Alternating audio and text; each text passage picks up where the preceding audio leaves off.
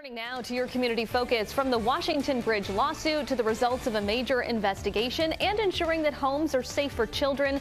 There's always a lot to talk about with Attorney General Peter Neronha. He joins us monthly here on 12 News, including today. Thanks for being here. Hi, Kim. Good to see you. I want to start with the Washington Bridge lawsuit. We learned that Max Wistow, who the governor had hired to sort of lead the legal action with this, has left the team for what was described in a press release as professional reasons. Should taxpayers of Rhode Island be concerned about this departure and the fact it happened just 3 months after the suit was filed? No, sometimes counsel changes during the course of a case. Under the law, we're leading the lawsuit. And look, I have a lot of respect for Max, but he just decided he wanted to spend his professional time differently, and we respect that. But we've hired an excellent firm to replace them with a lot of resources behind them, and the taxpayers will be very well served. I want to talk with you about the ILO investigation. You came out with your findings of that the week before the election, and you found that Governor McKee intentionally steered a lucrative contract to a brand new consulting firm with political ties, but you did not file any criminal charges. Right. He says it was all political, and I want to play you a bit of what he said. Take a listen. Clearly wanted me out of office. He didn't vote for me in 2022, and he wants me out of office in 2026. I don't trust the Attorney General.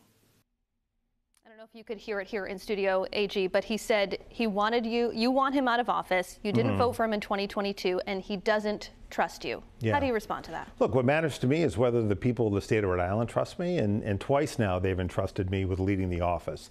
Look, the governor can't dispute, and he won't dispute, any of the facts that we found, that the state police found, and look, I think our report spells it out very nicely, but you could set aside our report and just read the state police report.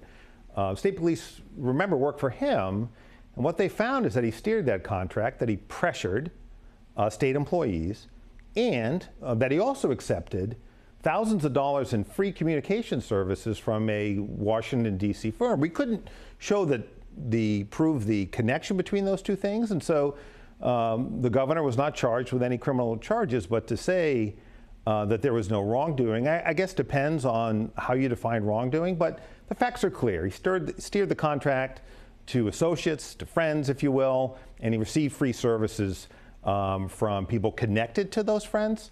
Those are the facts. They can't be disputed, and whether the governor trusts me or not doesn't enter into my thinking, other than to say this. I think it's healthy that the governor doesn't trust the Attorney General.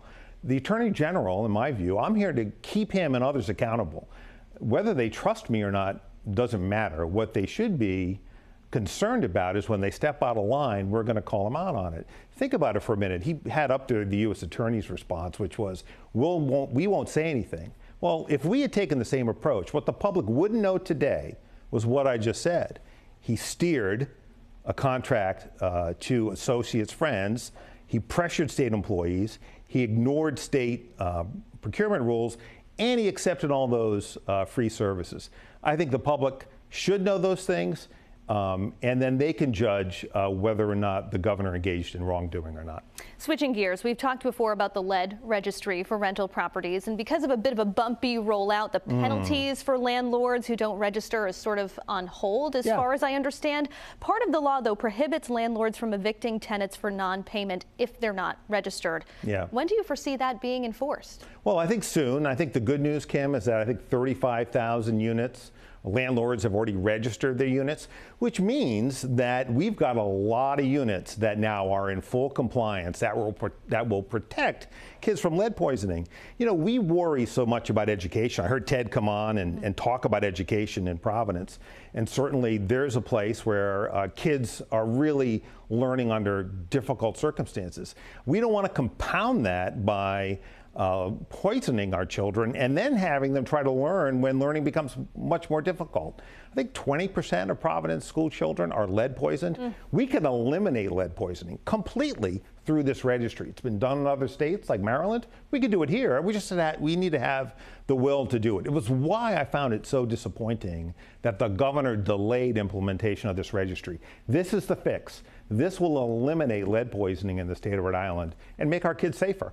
So I think things are going really, really well. We've got less than 30 seconds, but we're getting close to January and the start of the new legislative session. Some of your priorities going into 2025? Yeah, the key one is to get through again the statute that both the House and the Senate passed that gave us additional investigative authority. The governor vetoed that. I'm not sure why.